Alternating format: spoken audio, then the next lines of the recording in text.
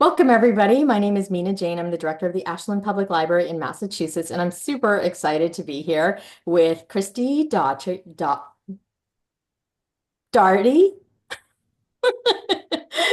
We were working on this right before we started, and I was just like, I'm gonna get it. I'm gonna get it. Who put together this anthology called Invisible Strings, 113 Poets Respond to the Songs of Taylor Swift. It just came out, and it's fabulous. It's so fascinating. Oh, there we go, Dustin. Thank you. So, Kristie not only is here tonight, as you can see, but she also brought along some of her poet friends who contributed to this anthology. So we're very, very excited to have them all here. Before we get started, though, I just want to say a couple things. I'd like to thank the Friends of the Ashland Public Library for supporting all of our programming. We couldn't do this fun stuff without them. And I'd like to thank Kristie for letting us share this program with other local libraries, because when libraries work together, we just make magic. So we are going to be doing this interesting thing where Kristie's going to call on her poets to read their poems from the book. And then and then we'll talk about a little bit. If you have questions for Kristie or any of our poets, please put them in the Q&A, which is a button at the bottom of your Zoom screen. If you just want to chat with each other, you're more than welcome to in the chat. But I have a hard time following all of that in the chat, so please put questions in the Q&A. So without further ado, oh wait, I was going to say that you can buy signed books by Kristie from Aesop's Fable. So I will put a link to that either in the chat, or I'll send it out to everybody who's registered after the program. So yes, Kristie Daugherty. I got it. I got it. You got it. That is correct. Yes. Thank you, Mina. Thank you for that great introduction and for the nice words about the book, Invisible Strings, 113 poets respond to the songs of Taylor Swift. We're excited to be here tonight, and we appreciate this opportunity. Without further ado, we're going to go straight into what really matters in this book, and that is the poems and the poets. We're going to start with Kristie, I'm sorry. before you Yes. start, for everybody who's joining us, I was wondering if you could first say a little bit about yourself, and then also about what is this book, and we will talk about the process of putting it together as we speak throughout the evening. I think our poets are going to go off screen until Kristie calls on them, and then they'll come back to us. Okay, absolutely. This book is a one-of-a-kind ekphrastic anthology where I asked 113 of the best contemporary poets writing. I gave them one Taylor Swift. I gave most choices, or I gave them a song, and they have responded to it with a poem without using a string of direct lyrics or titles. In this manner, it creates a puzzle for Swifties who want to decode these poems to try to find the shadow song behind it. But also, you don't have to do that at all. It's a fantastic anthology of brand new work from some of the very best of our contemporary poets. And I'm so proud of it. And I'm so thankful to the poets who leaned into this spirit of play and found joy in writing to these songs by Dr. Taylor Allison Swift. Mm-hmm. And so when you started we'll get into questions later. I'm like so anxious to get into like how this all happened. So you're gonna call on a poet to talk about their poem, right? Absolutely. We're going to start with poet Susan Rich, who is the author of 6 collection of poetry and co-editor of 2 prose anthologies. Her most recent books are Blue Atlas, a tremendous book, and Gallery of Postcards and Maps, New and Selected Poems. She has co-edited 2 prose anthologies, Demystifying the Manuscript, Creating a Book of Poems, and Strangest of Theaters, Poets Crossing Borders. Her previous books include Cloud Pharmacy, The Alchemist's Kitchen, there's a great title. Cures include Travel, The Cartographer's Tongue, Poems of the World. A recipient of the Times Literary Supplement Award. She has also received prizes from Artist Trust, Penn USA, the Fulbright Foundation, and Peace Corps Writers. Her poems have appeared in Alaska Quarterly Review, New England Review, The Slowdown with Major Jackson, Poetry Ireland, and elsewhere. Susan lives with 2 loving cats in Seattle, Washington. She is the editor of the forthcoming anthology, which I am so excited about and so happy that I'm going to have a poem in this. The forthcoming anthology, Bird Brain, A Lyrical Guide to Washington State Birds, which was inspired by this anthology. And without further ado, I turn it over to Susan Rich to read her magnificent poem, Plural as the Universe. Thank you, Kristie. Thank you, Mina, for hosting us and for all of the poets for coming together. I have a little bit of a scratchy throat, so we're going to try to get through this without my coughing through the poem. And we were asked to say just a little bit about kind of the process for the poem. I'm beginning to think I was a little unusual that I wrote Kristie right away and said, I want song X. And then I started trying to write about song X. And I was like, oh no, this isn't going to work. So I, swallowed my pride and I'm like, Kristie, could I do song Y? And she was very, very generous and kind. And I thought, okay, now this is it. I don't get to switch it out anymore. And while I was working on this, and we all had a very short window, I think it was maybe about 3 weeks, maybe a little bit more because we got an extension. And I felt so much like one of my students. I teach at Highline College, like, oh, I can't get it done by the deadline. And while this was all happening, I was traveling with my good friend, poet Angie Voorhees, and she's a birder. And you'll see how that influenced me. We were in Spain and Portugal. And the one thing I'll tell you is that we were in a town called Guitarria when I wrote the draft of this, and you'll hear guitar arias from there. As far as Easter eggs for figuring out the song, I think I can just mention to you that Tahiti might be important. I think that's okay to say. Kristie's nodding and smiling. Okay, here goes the poem. Plural as the universe. What if I were born a bird? Who would I be? A curator of cloudscapes, of guitar arias, a painted snipe, a swift, a black-capped chickadee. What if I traveled as a bird? Calls over the wild hydrangea, calls over the almanac, a wave of sound, luminescent as the sea. And what if I could transform, no longer criticized for how high I fly or the topography of my wings? I'd be a proud bird brain with a bird's eye. No one could contain me. In a little crimson dress of an Electus parrot, let me touch down by the coastline of Tahiti. Ignore the peacocks with their train rattle plumes. Elevate her story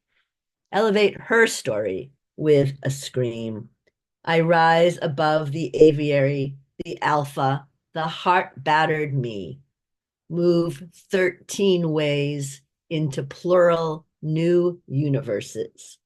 To soar above the blue, wingspanned, to vault beyond the trees.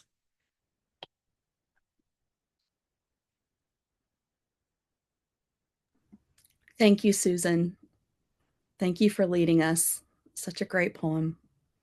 I would really, I know I've told you this, I would sure love to see Taylor when she reads that poem. Our next poet is the fabulous Leah Umansky. I said that right, didn't I? Did I say your last name correctly? Umansky. Umansky, thank you. Yeah, don't worry about it. Is an educator, artist, writer, poet, and the author of 3 magnificent collections of poetry, most recently of Tyrant, as well as 2 chapbooks, Dawn Dreams and I Dream, and Straight Away, The Emptied World. You really need to check out Of Tyrant. She earned her MFA in poetry at Sarah Lawrence College and has curated and hosted the Couplet Reading Series in New York City since 2011. She is the creator of the Stay Brave Substack, which encourages women identifying creatives to stay brave in their creative pursuits. Her creative work can be found in such places as the New York Times, the Academy of American Poets Poem a Day, PBS, Glass, Rhino, and Poetry, She is working on a fourth collection of poems, Ordinary Splendor, on wonder, joy, and love, and a memoir titled after this poem, Oceans Apart. She can be found on her website or at Leah Umansky on Instagram. Without further introduction, Leah, please read your fantastic poem and tell us a little bit about your process. Thank you so much, Kristie. Thank you, Mina. I'm so excited to be a part of this, and I just love this anthology. It's so beautiful, and I'm so happy to be celebrating it, and I hope we continue to celebrate it. So like Kristie said in my bio, so this poem is partially inspired. I mean, well, it's inspired by true events. Writing the poem and thinking about the song that inspired the poem, which I can't talk about, got me to think of young love. And I had a very unique first love story as a teenager, and you're going to soon find out about it. And so writing this poem was perfect for the prompt. And then I started thinking maybe it's time to possibly dive into that memoir. So I'm hoping that's to come maybe this summer. We'll see. This is a prose poem, and that means it's a big block of prose for people who aren't familiar. Oceans Apart. It was 1996 when I first met you in an AOL chat room. I typed and you typed and I typed and you typed and I typed and you typed, and I just couldn't stop. I couldn't stop wishing, imagining, envisioning. The computer screen on my desktop beckoned me. You beckoned me. Each ping in the IM, each ping in the chat, a knot on a rope I climbed. Each knot a step in the staircase of my life, into desire, despair, into touch, into lust, into dream, into love. We were so young. I was younger than you by a year, and you were right here alongside me, through the screen and across the Atlantic. Your heart in the moors of West Yorkshire, mine in the suburbs of Long Island. You sent me letters and British mixtapes. I sent you photos, American candy bars, and mixtapes back. Each letter a spark, each phone call a yearn. The modem lulled me. The modem lulled me to love. That connection, that live wire, that was a kind of love. The anticipation, the thrill, the desire of the wait, a pull. Our love was a field inflamed by story, by phone cards, by folktale, by novels I sent you pages of, by the essence of wonder. I wonder if you will be as I imagine you to be in person. I wonder if the computer you is the real you. If the real you is the you I love. Love. It's what all stories are about. All love is love, but young love is special. That pureness is an opening. You were Heathcliff and I was Kathy, and I dreamt of those moors, that heather. We were so young. We were so pure, so innocent. I knew the want of you. I knew the want in me. It grew more electric with every letter, every ping, every word on the screen. But you said yes to me, and I said yes to you. And so our parents both said yes to us, both through the telephone. And when we picked you up at the airport, that was the love story. You were the love story, the imagining, the conjuring, the yearning, our 7 nights in my parents' basement after midnight, my first time being so close to a boy and naked. I thought I knew how to steer that ship. I thought the story had informed me, but life had other plans, as did the ocean between us and the future, a buoy floating between us. Thank you. So good, Leah. Up next, we have David Groff, who I don't think I've ever mentioned this in any of the readings so far, but David answered my tremulous messages to, do you think this is a good idea? And he didn't know me at all. I was just running around the poetry world asking if I had a good idea. And David was one of the kind souls who said, yeah, I think so. So David, thank you for that. And thank you for being here today and for your poem. David Groff is the author of Live in Suspense. His previous book, Clay, also from Trio House, was chosen by Michael Waters for the Louise Bogan Award. His first collection, Theory of Devolution was selected by Mark Doty for the National Poetry Series. With Philip Clark, he edited Persistent Voices, Poetry by Writers Lost to AIDS. With Jim Elgids, he edited Who's Your Daddy? Gay Writers Celebrate Their Mentors and Forerunners. Winner of a Lambda Literary Award. An independent book editor, he teaches poetry, nonfiction, and publishing in the MFA Creative Writing program at the City College of New York. And he is here to read his poem that I love so much, We Have. David, thank you. Kristie, thank you so much. It was so wonderful to make your acquaintance over this book. And boy, did you take the idea and run with it in a really amazing way to actualize this anthology in with a wonderful publisher and over such a short time. So I'm in awe of you and glad to be in this company. And Mina, thank you so much for bringing us all together today. I teach the after poem, the idea that a writer is probably always and sometimes deliberately writing a poem that is after another poem, literally after, in terms of chronology, but also responding somehow to a poem, maybe challenging it, replying to it, interrogating it, trolling it, revising or revamping it. And that's kind of what I wanted to do with the Taylor Swift song that I was with. I wanted to after the song in a poem so that I could complement it and take a place next to it. This is a great tradition. Christopher Marlowe and did this hundreds of years ago with The Passionate Shepherd to Her Love, and the reply by Walter Raleigh, the nymph's reply to the shepherd. So there's a great tradition of people countering and working with different poets, honoring them and honoring lyricists and their lyrics to create new energy and a piece of companionship. And that's what I tried to do in this poem. Imagine kind of a situation that might occur after or along with a Taylor song. This poem is called We Have. You and I, we have no West Egg mansion shiny with money, where Gangster Jay with his fake fancy name and attitude, his high-class crap and cunning guests, waves his display like a trophy, a lure across the bay for Greenlight Daisy, who never truly lets him dock until she breaks him of his having with the stiletto of her carelessness, then lifts her bubbly glass to toast her own shrugging, shatterproof heart.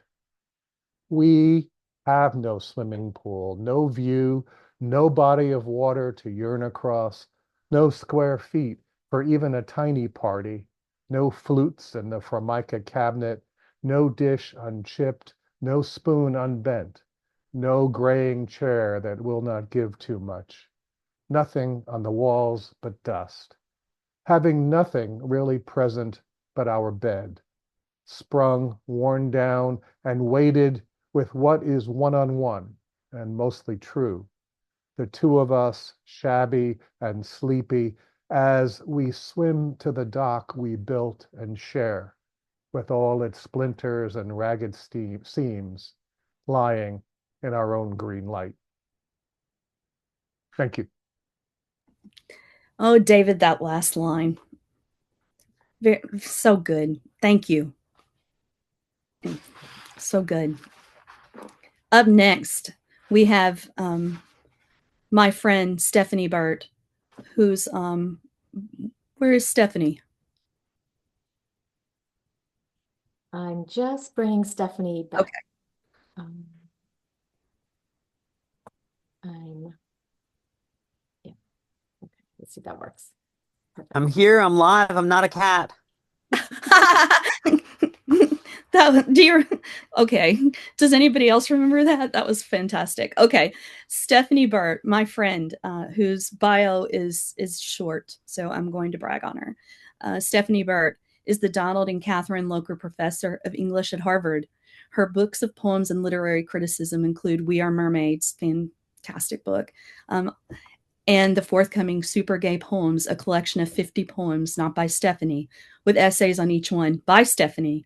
Look for her own book on Taylor in 2025. which is going to rock this world. I promise you that. I had the distinct pleasure of getting to meet Stephanie in Nashville, and we saw Taylor adjacent things, and had a wonderful weekend. We got to dance along with a Taylor Swift song, "Love Story." Stephanie is crashing out this Taylor book at a pace that not I don't know if anyone else could do this. Leading poet critic of our time, Stephanie Burt, thank you for being here. Well, now anything I do is anticlimactic after that. But Well, I yeah, know. it's fun. It's fun to write about Taylor.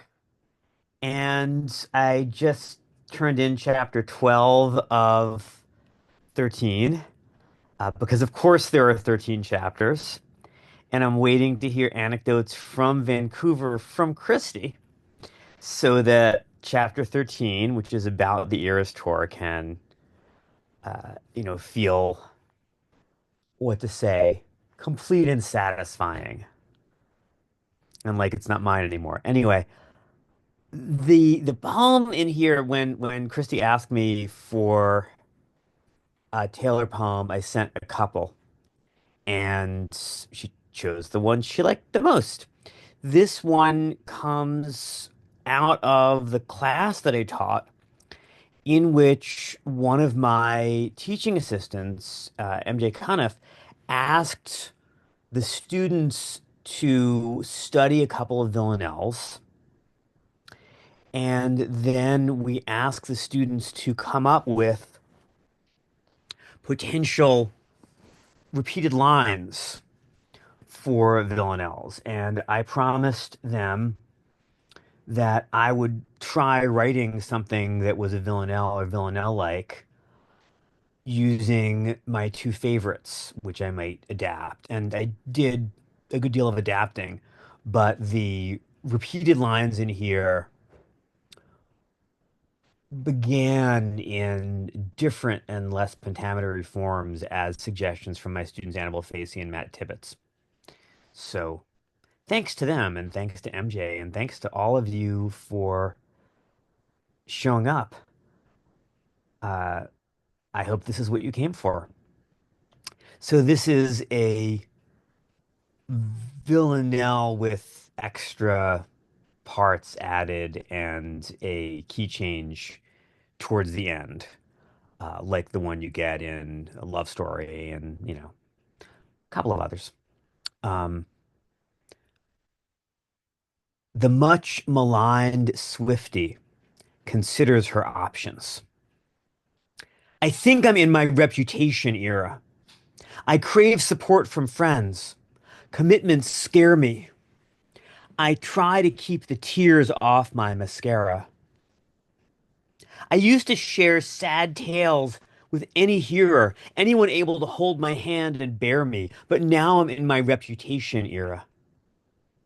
I thought each boy who kissed me had to care a little, no, a lot. Those boys could wear me down the way hot tears dissolve mascara. They saw me as a gem and then a terror because I called them out. They wouldn't share me. So now I'm in my reputation era. I slink and stare and shine. I'll be your mirror or else your boa constrictor. You can wear me. I lick my lips and hiss through new mascara to tell you the toxic truth about love. Just dare me. I'll keep you watching now. Don't try to pair me off or up or down. You can't repair me, and I know I can't fix him. He can't snare me. I'm done with tears. They can't touch my mascara. I'm finally in my reputation era. I'm afraid I read that too fast. No, that was so good. And so thank you, Stephanie, for reading that amazing poem. And I put myself right after Stephanie because we're getting a little heated now. We're kind of in, we're getting a little bloody. So my poem is called No Invitations, and it responds to a song of Taylor's where the very, very sad lyrics do not match the upbeat bop of the song. And the dissonance is enchanting. No invitations. An October afternoon, we were driving, and you turned to me and said, I can act and make people believe anything I want them to believe. There was music playing, always yours, techno. Your meaning was clear, so I morphed the words into hard phonemes to thump inside the tempo, belying syntactical meaning, heart dies by this arrhythmia. To let it live for another week seemed sweet enough to hang in midair my disbelief. I forget this is not my own, how every breakup poem pays its dues to the breakup poem that came before. Here's a method to unbelieve that you were ever in the inn of in love. Gather some rosebuds, blood red. Chomp, chomp, chomp them up. Chew, vomit, let the rouge saliva drip, believing only this taste of flowers, tonguing the velvet undersides of petals. Kristie, Kristie, darling, make out with yourself. Don't listen for the key turn. Oh my gosh, that was so good. Thank you. When you talked about like vomit and blood earlier on, I was like, how is that possible? But you totally made that work. Oh my gosh, amazing. Thank you very much. Up next, we have, I'm going to find her bio, somebody I know just a little bit, Andrea Simpson. Andrea Simpson is a huge, huge reason this book exists at all.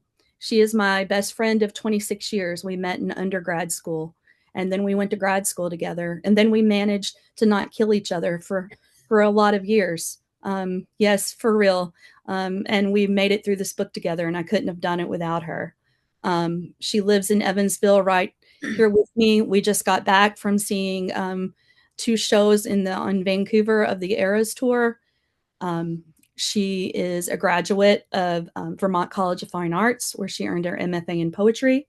She is an educator administrator living here in Evansville, as I said. Her work has seen numerous literary journals, and it's starting to pop as she and I have both committed ourselves to really pushing our poems out there. Without further, Andrea, please read your poem, Ophelia. Thanks, Mania from the Kristie. Willow Tree. Thank you. That was really a nice introduction. We had such a great time at the last and final concert of the tour. It was amazing. So again, thank you. First of all, I want to apologize for the lighting. I am coming to you from a middle school in Evansville, Indiana, where I'm supposed to be in a basketball game right now, taking money and selling concessions. Woo! It's a glamorous life, I tell you. So anyway, my poem. First of all, Kristie gave me a song, and I remember taking the song and sitting in my closet at work. It's a big enough closet, right? I have a little beanbag in there, and I sat and I listened to it and I listened to it, and I just wanted to like become the song almost, wear it in my bones. And as I wore that song around, I realized that I kept thinking about Ophelia from Hamlet. I love the story of Ophelia. I love Hamlet, but I love Ophelia. Her story resonates with me. The gaslighting, the unrequited love, the mania she experiences, all of her second guessing, and then of course the treason she experiences in her heart of how Hamlet mishandles her, basically. And so as I wore my poem, as I wore my song, and I thought of Ophelia, I decided to write a persona poem and draw from Ophelia's experiences and her story and what I imagined that she felt like, and then also drawing from my own heartbreak, and marrying those two things within a poem. So my poem is called Ophelia, Mania from the Willow Tree. We marked our love with the blade of your grandfather's knife, weathered bark, our scar of holy vows. Now I search the ground, eyes, down in reverence, rue for my repentance, fennel for your flattery. What is your reason? The birds sing Fitzgerald's Cry Me a River, the theme song of Our After, where the fault was mine or the moon's, and the candlelight flickered your scene change. Richard the Third, villain, or Lear, madman, or is that me? Am I he? Please give me any reason. I close my eyes and see my mother, how she leaned over my crib and offered her hair to my searching hands. I am sad of this tiredness, this blue. I whisper the verse under my breath, scream the chorus as if words protect, soothe all of my aching parts. What reason? Your treason? I pluck the daisy's petals. Love me. Love me. Why won't you love me? Remove all unwanted cutlery. Always too many dishes to eat. I munch glass and taste our memories. I line this trunk with vases, rosemary to remember, pansies for each thought of you. Cupid's assault on unsuspecting blooms. I coax my bones to rise. Talk to them as children, hushed, pleading. Thank you.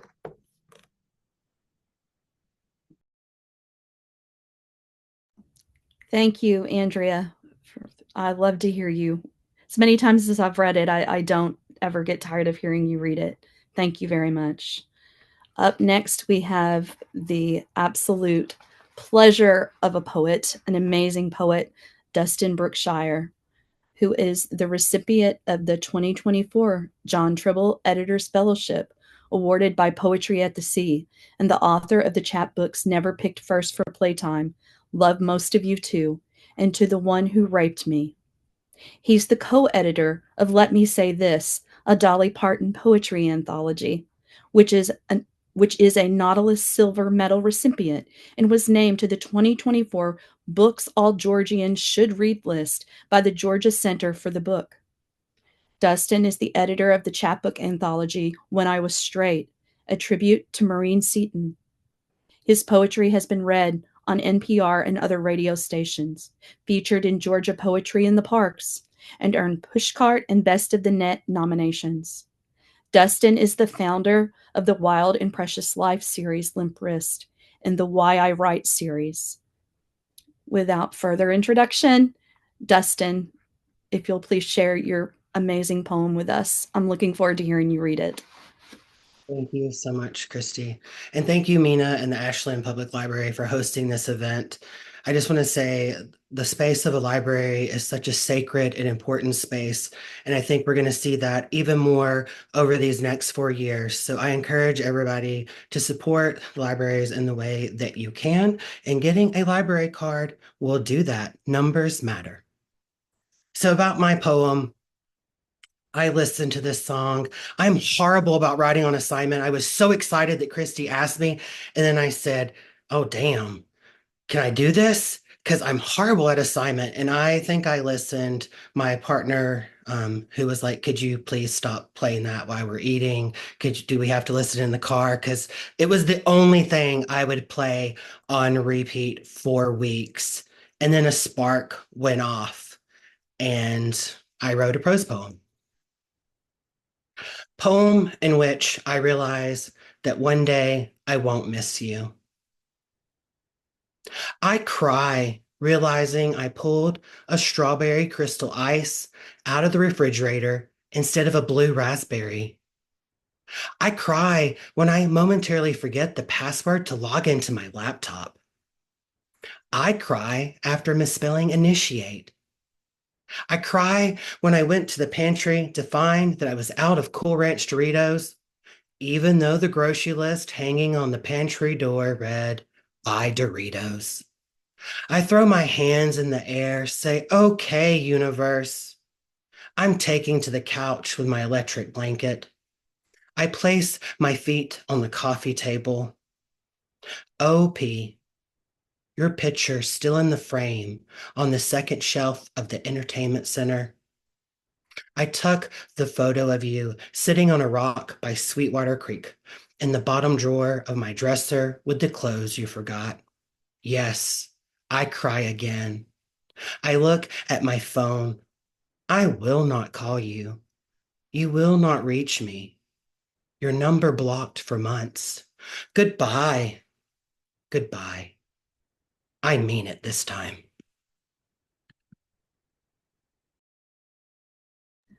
Dustin, I remember when your poem came through, and getting to that last line and literally doing a little scream, like an audible scream. Love it so much. It's so good. Thank you, Dustin. Thank you. Okay. Up next, we have Katie Manning. Where's Katie? Katie is another poet that I bothered with my scurrying around in the poetry world, putting my finger on people's foreheads saying, do you think this is a good idea? And Katie was like, try. I was like, okay. And then I was so happy when she accepted the invitation to write a poem. I gave Katie a song that I really, really love. And one of the things that I did when I gave songs was I used both what I knew of people's work and what I knew of people. Um, and yeah, I can't say more. But Katie, Katie is the founding editor of the magnificent Well Road Review and a professor of writing at Point Loma Nazarene University. Winner of the Main Street Rag Poetry Book Award for Tasty Other. She's the author of 8 poetry collections.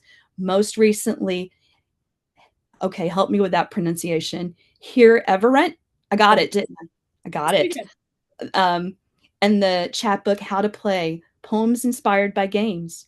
Her writing has been featured on Poetry Unbound, Tangle News, First Daily, and many other venues. Katie, if you would please read us your poem, 1993. Yeah, my pleasure. Thank you so much for the lovely introduction, and thank you for hosting us. Also a huge fan of libraries, so I loved Dustin's plug there. I actually, Kristie, was looking back at our conversation from March 17th, and we were talking about your poems that were using lyrics, and we moved from there into, you know what, an anthology of poets responding to Taylor's lyrics would be amazing. Like, give poets lyrics and have them respond. And I said, that would be so fun. We got to, I don't know how the heck to pitch that.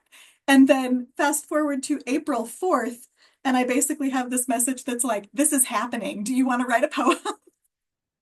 So I love looking back at that and seeing it's amazing how much you've accomplished in this time, and how you've gathered us all is just really wonderful. So thank you. Thank you. And I love the poem that you gave me. I believe I told you when you were asking us for ideas that I was trying to write an anniversary poem because my spouse and I hit our 20-year anniversary in July. And it wasn't going well to write. The anniversary was going well, but the poem was not going well. I had some notes and it just wasn't coming together. And so Kristie gave me this song, and it was like the thing that I needed to just snap everything into place, and to write the other, I don't know, 2/3 of the poem that I was trying to write. So this is 1993. You were 10 when you first saw the boy you'd marry from across the room. Who's that? You asked your best friend. The new pastor's kid. The man you now watch across the second story of your condo, your boy's asleep upstairs. Oh, he's kind of cute, you said.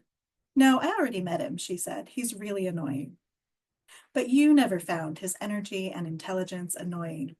and you were the one who always wrote back after he moved away. No romance then, just updates on school plays and family, choir and friends. You saw each other a couple of times during his summer visits, but the shift began when he came back west for college, and you found yourselves together with a group at Six Flags one fall night.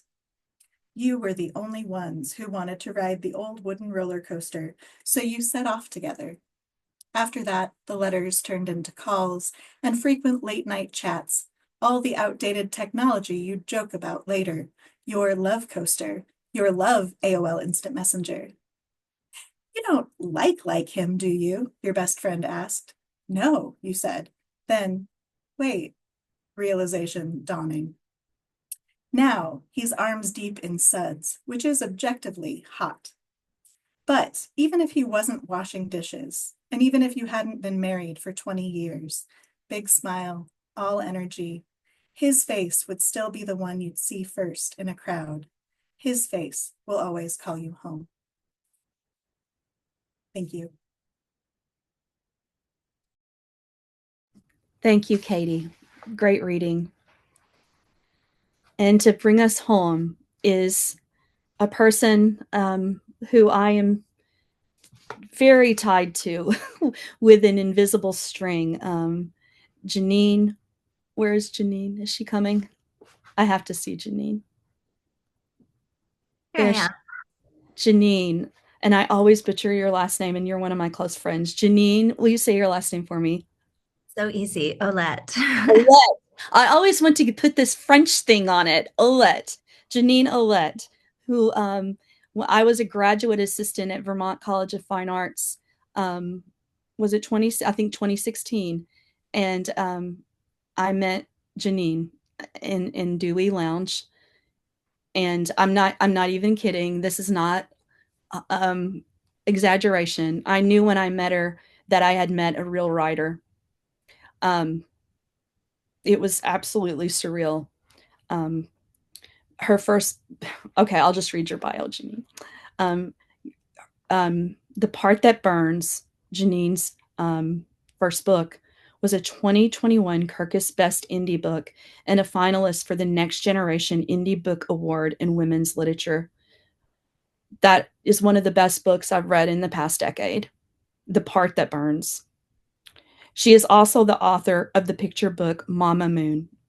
Her literary essays and short fiction have appeared widely in anthologies and journals, including Narrative, North American Review, Los Angeles Review of Books, Masters Review, Calyx, and others.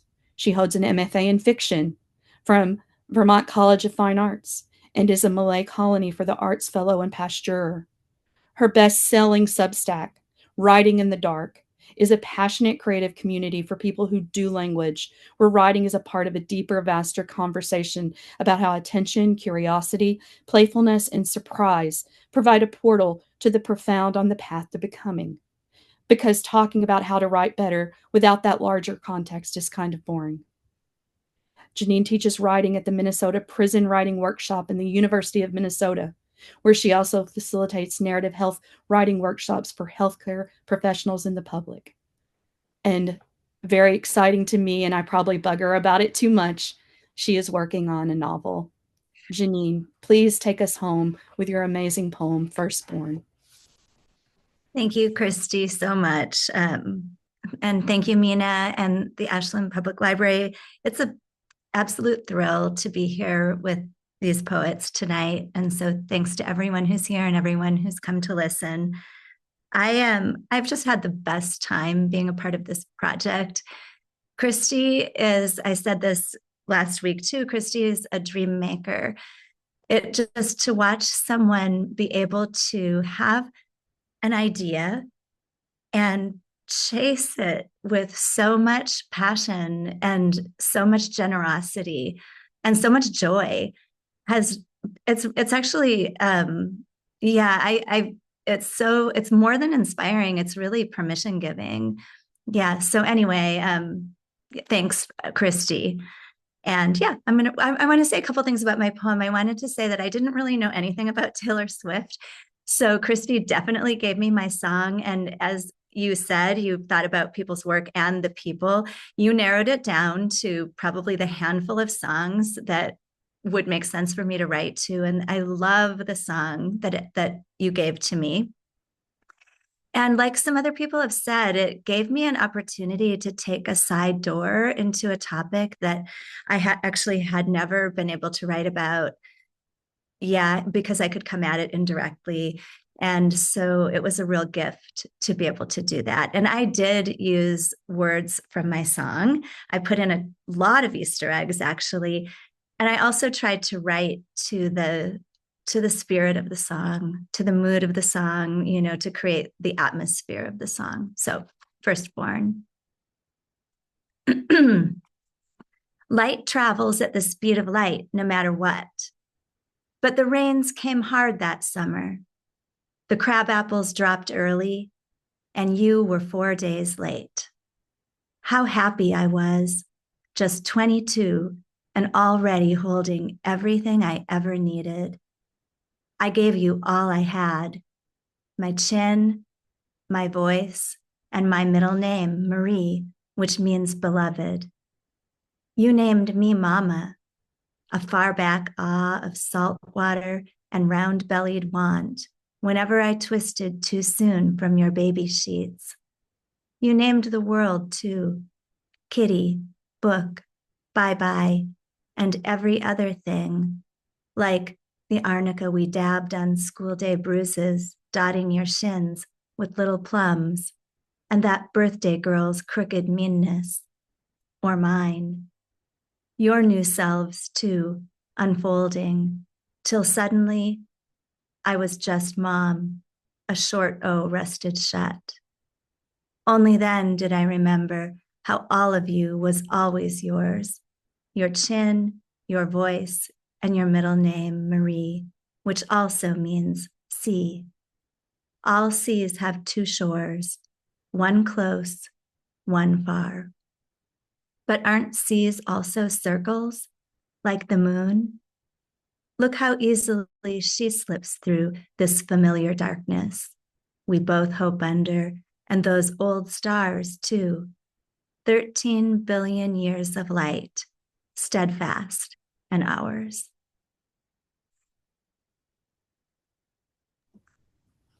Thank you, Janine, for that lovely reading.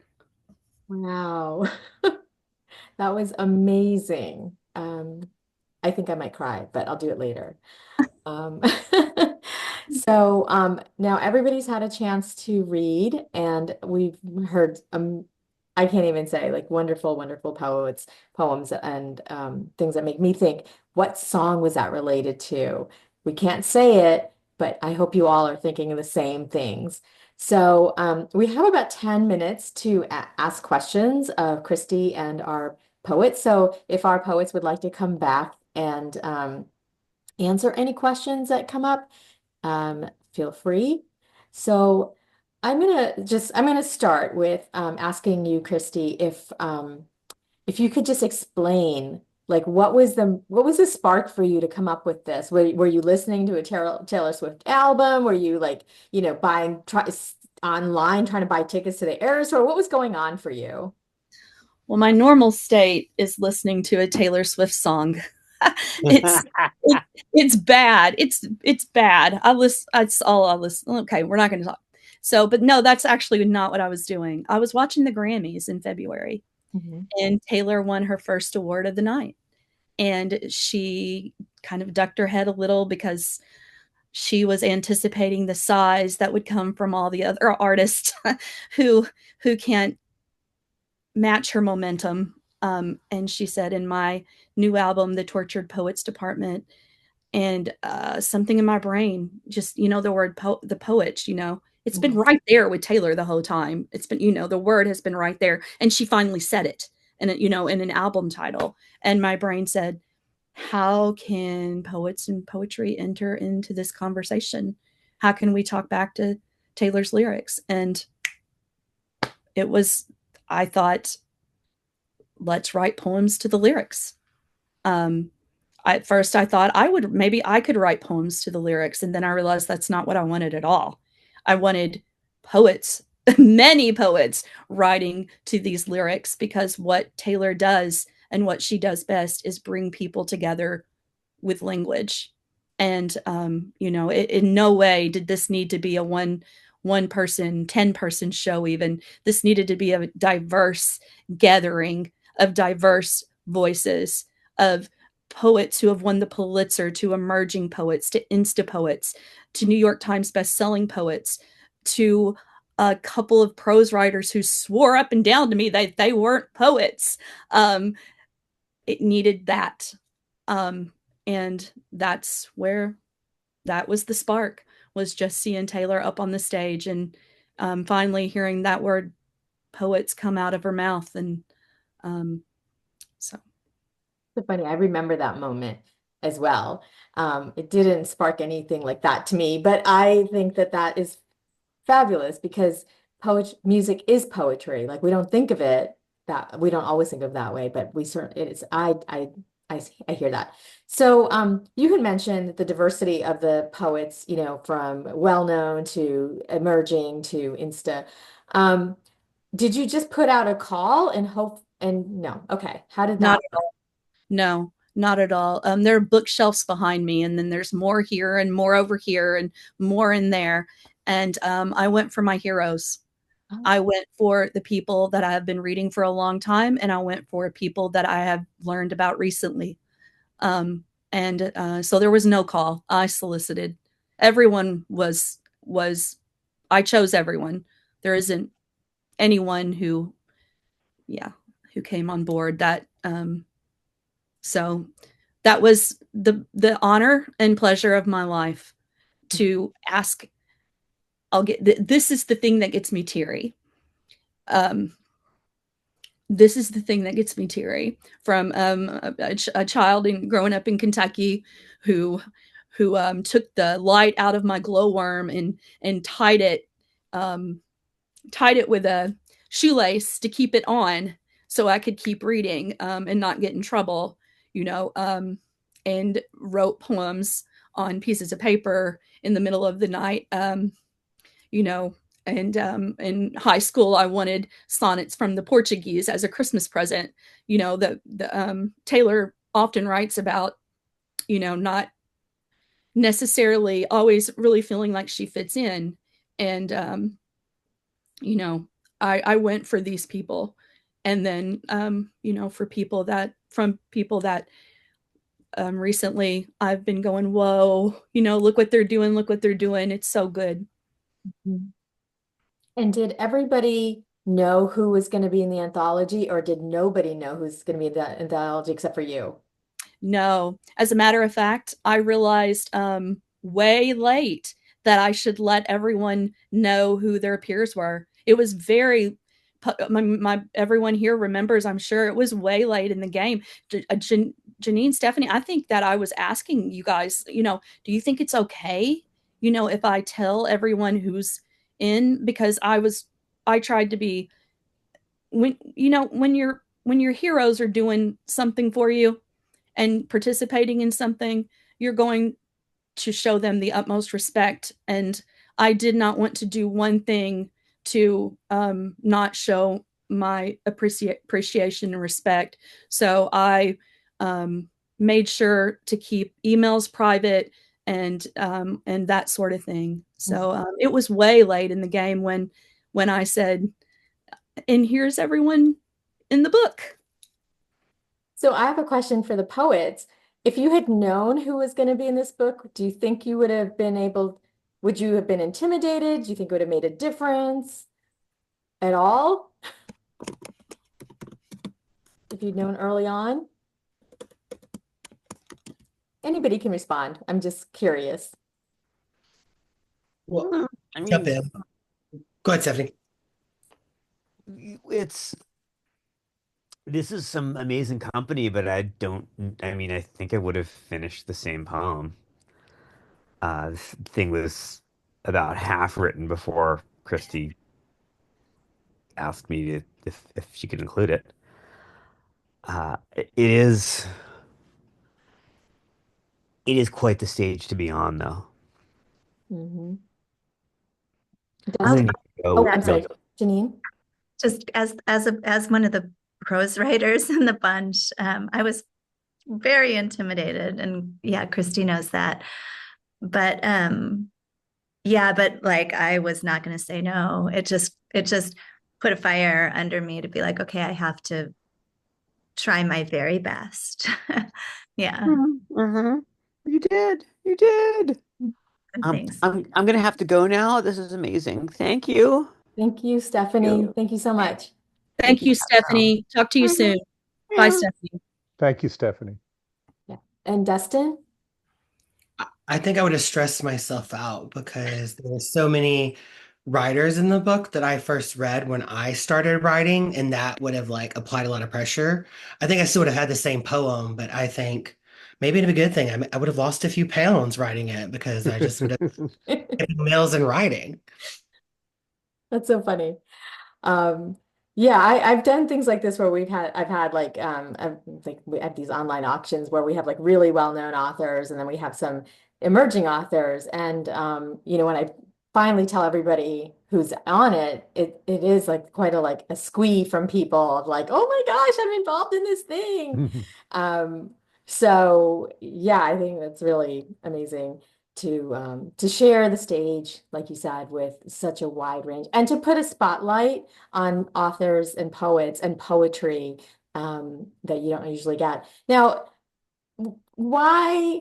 I mean, I know, Kristie, you said that you listened to Taylor a lot, but were there any other musicians that you thought, I could do that? Like, I mean, I don't agree with Vanity Fair. I think Taylor is number one, and Beyonce is right up there. So I'm wondering if there's anybody else.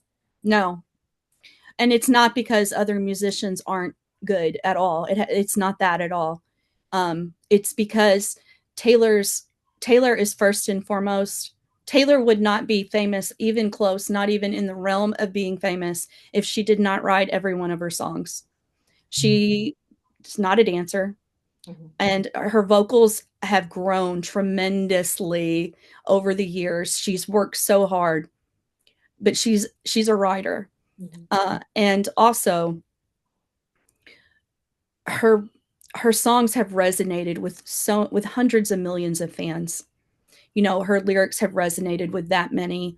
So I can't think possibly Bob Dylan, maybe Bob Dylan, perhaps. Dolly Parton. Let's go back to Dustin. Oh, well, Dolly Parton. I mean, Dustin did that. I mean, he did that. So I wasn't going to step on Dolly. Oh my gosh, I grew up listening to Dolly. My daughter was just talking the other day about how we listened to Dolly so much when she was little. She's a singer herself. She's 27. So Dolly's tremendous. I guess maybe I'm approaching this question from, do I think there's another artist that a publishing company would have trusted that this book would work with? And I don't. I don't think that there would be another artist that a publishing company would have taken a gamble. Poetry anthologies usually aren't big sellers. We all know this, right? So I think that Taylor's prolific songwriting, it made this happen. Kristie, I agree with that. I have three nieces who are going to be getting this book for Christmas, and we're going to kind of go through this like, the Torah in terms of finding connections and value, and who know Taylor way better than I do and have followed her as you have.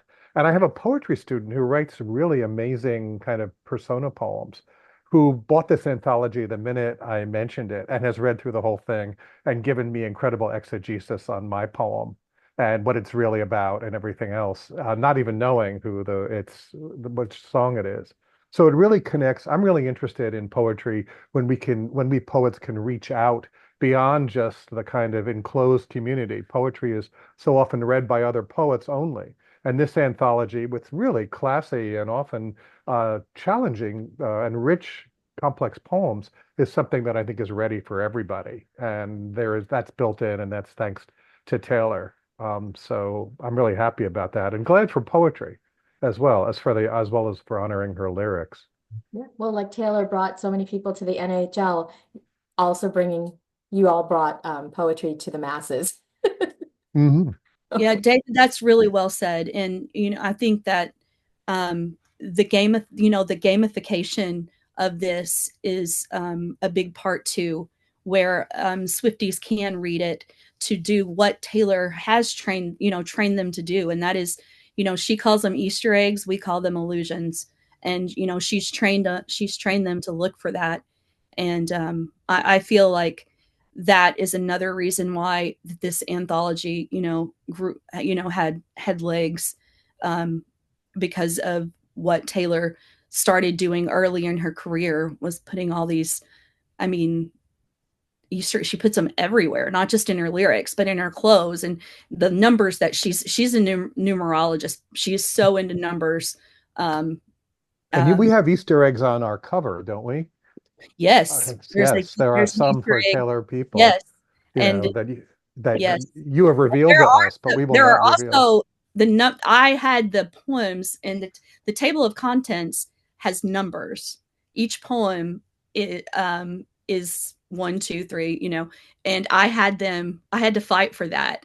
I said, you have to put the number. And they're like, what are you talking about? I was like, no, trust me, it's important. Who's It's number 13? Kelly Russell, Agaddon. Agaddon. Oh, and who's number 5? Exactly. Tyler, not Mine too. Gregson. You have this memorized. See? Yeah. No, that and Mina, see, that's exactly right. And that's why I had them put the numbers, because Swifties will be looking for track 5. Swifties will be looking for 13. 13 is a love letter to Taylor herself. The song that I chose to be 13 is a little heart, is a heart to Taylor, and something that she said about the song that poem alluded to. So I love all of the connections. Katie, did I see you were unmuted a second ago? Oh, the moment might have passed, but I was just going to add, I've had so many people tell me that they've gotten this book already for people for Christmas, but my favorite was that one of my students came in the Monday after Thanksgiving break and had a copy of it that she had found at Barnes and Noble, and she was like, "Will you sign my anthology?" So this has made me look really cool with my students, and that's another perk. Cool cannot be overstated. Andrew, do you have any last thoughts before we head out?